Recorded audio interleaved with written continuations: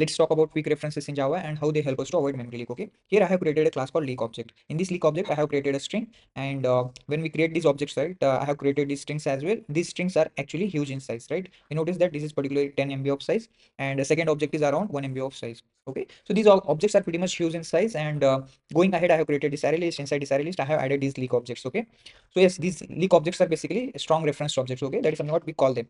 The moment we are done with these objects, right, so we want to remove these objects from the memory, right, because they are consuming huge amount of memory. Of course, we don't want to hold them for longer duration if we don't want to use going ahead. Okay, so the moment we are done with them, so what we are trying to do is we are just setting these objects to null. Okay, so ideally whenever we set these objects null and when we call the system.gc, jvm should garbage collect these objects, right? That is the whole idea. But the problem is here this array list is basically holding these objects. So these objects are basically strong reference objects, and this array list is holding strong reference objects. So at any point in time, even these strong reference objects are null, still this array list is basically holding those strong reference objects. Okay, so we can still access these objects using this list. Okay, even if we remove these objects, even if we try to set these objects null, still these objects are available in memory. When we try to run this code, we notice that here we can see that we can easily access those objects. That means these objects are still available in our memory.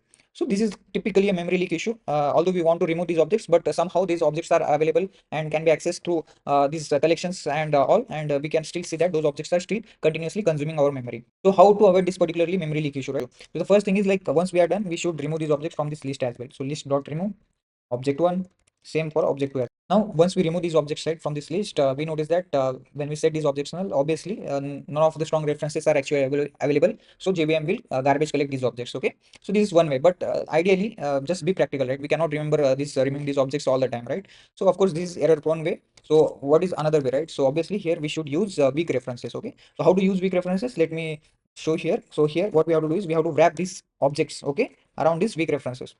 So that is the first thing. And now while creating these objects also, we have to use these weak references and we have to set these objects inside these weak references. Okay, now these particular objects that we are setting inside this list, these we call them as a weak reference object. Okay, so these weak reference objects. So here also I'll add this object 2 into this weak reference one. Okay, now, the moment when we perform this particular operation, object 1 equals to null, object 2 equals to null, JVM basically checks whether we have any strong reference object available. If there is no strong reference object available, it will clean up the space. So these objects are basically weak reference. They are not strong reference objects. Okay. So once we perform this particular operation, these objects are also null. So whenever through list we try to access these objects, it will basically point to null. So I just slightly modified the code, and before garbage collection, we can access these objects since these objects are available in this list. Okay.